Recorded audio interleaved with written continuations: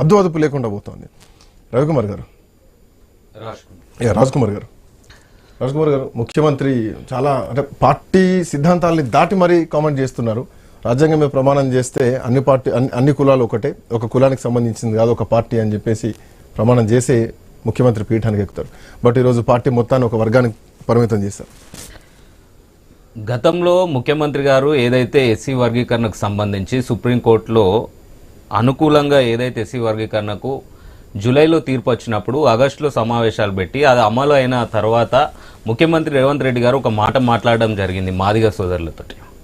ఈరోజు ముఖ్యమంత్రి చైర్లో ఉన్నది మీ మాదిగ బిడ్డనే అనుకోండి అని చెప్పేసి ఒక మాట మాట్లాడింది సీఎం రేవంత్ రెడ్డి గారు. అలా అంటే మరి ఆ మాటను కూడా మనం తప్పు తీసుకోవాలి. ఈరోజు ముస్లిం సోదరులకు ఒక చిన్న పాస్. ఇప్పుడు మాదిగ సోదరుల విషయానికి వచ్చేసరికి మాదిగ బిడ్డగా, బీసీ సోదరుల విషయానికి వచ్చేసరికి రేవంత్ గౌడ్గా, లేదంటే ఇప్పుడు జూబ్లీహిల్స్ ఎన్నికల ప్రచారంలోకి వచ్చేసరికి ఇక ఏకంగా ముస్లింల బిడ్డగా, రకరకాల వేషాలు ఎందుకు? ఒక సెక్యులర్ భావంతో ఉన్నటువంటి పార్టీ అన్నది నా ఉద్దేశం. 100% సెక్యులరిజం అంటే అదే కదా. మీరు మొన్నటిదాకా బానే ఉంది, మీరు అన్నట్టు బీసీల వరకు ఎస్సీల వరకు బానే ఉంది. కమింగ్ టు జూబ్లీహిల్స్ విషయానికి వచ్చేసరికి ఆయన సొంత నిర్ణయాన్ని పార్టీ మొత్తానికి ఆపోదిచ్చేస్తున్నారు. ఇది సొంత నిర్ణయం అని అనుకోవద్దండి. ఏదైనా కూడా ఈ రోజు మనకు జూబ్లీహిల్స్ కాన్స్టిట్యున్సీలో ఎక్కువ మెజారిటీలో ఉన్నది మనకు కాంగ్రెస్ పార్టీ.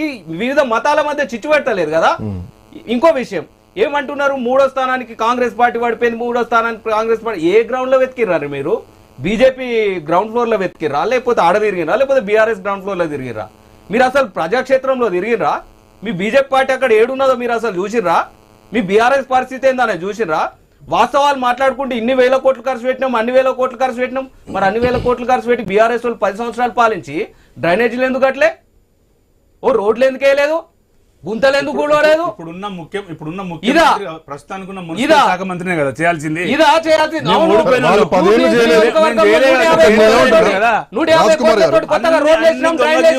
అన్ని దొంగ కేటాయించలేదు.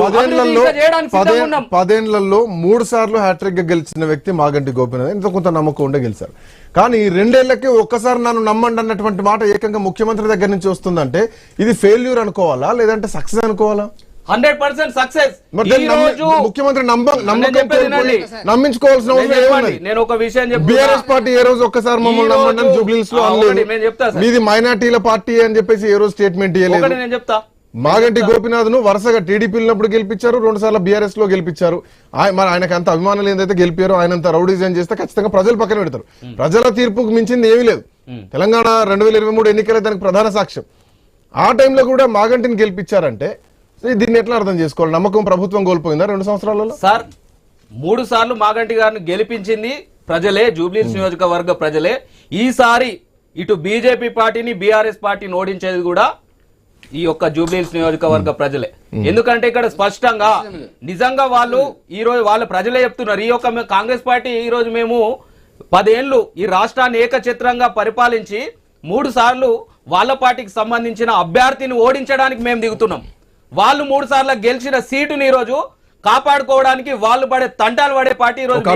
ఒక అభ్యర్థిని ఓడించడానికి ఏకంగా ముఖ్యమంత్రి దిగారంటే అభ్యర్థి ఎంత బలంగా ఉన్నారో ఇక్కడ అర్థం చేస్తారు. ఒకటే సార్, బలం కాదు. ఈ రోజు ముఖ్యమంత్రి గారు ప్రచారం చేస్తే బీఆర్ఎస్ పార్టీ నాయకులు కానీ వీళ్ళ వర్కింగ్ ప్రెసిడెంట్ కేటీఆర్ గారు చాలా చులకనగా మాట్లాడుతున్నారు. అంటే ఈ ముఖ్యమంత్రి అంటే ఫామ్ హౌస్ పరిమితం కావాలా, లేకపోతే ఒక బంగ్లా కట్టుకొని పరిమితం కావాలా? ప్రజా సేవకులు ప్రజలను ఓట్లాడకపోతే ఎవరిని అడుగుతారు? ఫామ్ హౌస్ లో వర్కర్లను అడుగుతారా, లేకపోతే వాళ్ళు కట్టుకున్న బంగ్లాలో వర్కర్లను అడుగుతారు?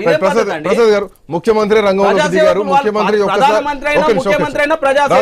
మీ పాయింట్ నుంచే నేను కంటిన్యూ చేస్తా. ముఖ్యమంత్రి ఒక్కసారి నన్ను నమ్మండి అని చెప్పేసి గల్లీ గల్లీ ముఖ్యమంత్రి తిరుగుతున్నారంటే పార్టీ పరిస్థితి ఏంటి? ప్రజల్లో నమ్మకం కోల్పోయిందా అన్న పాయింట్ ఒకటి. మోర్ ఓవర్ ఒకసారి నమ్మండి అంటే హైదరాబాద్ ప్రజలు ఇంకా నమ్మట్లేదా ప్రభుత్వాన్ని? 3 సార్లు వాళ్ళకి అవకాశం ఇచ్చారు, మాకు ఒకసారి అవకాశం ఇవ్వండి అని అర్జించడంలో తప్పులేదు కదా. లేకపోతే నాకు ఓటేయండి అని ఆర్డర్ చేయాలా ముఖ్యమంత్రి గారు?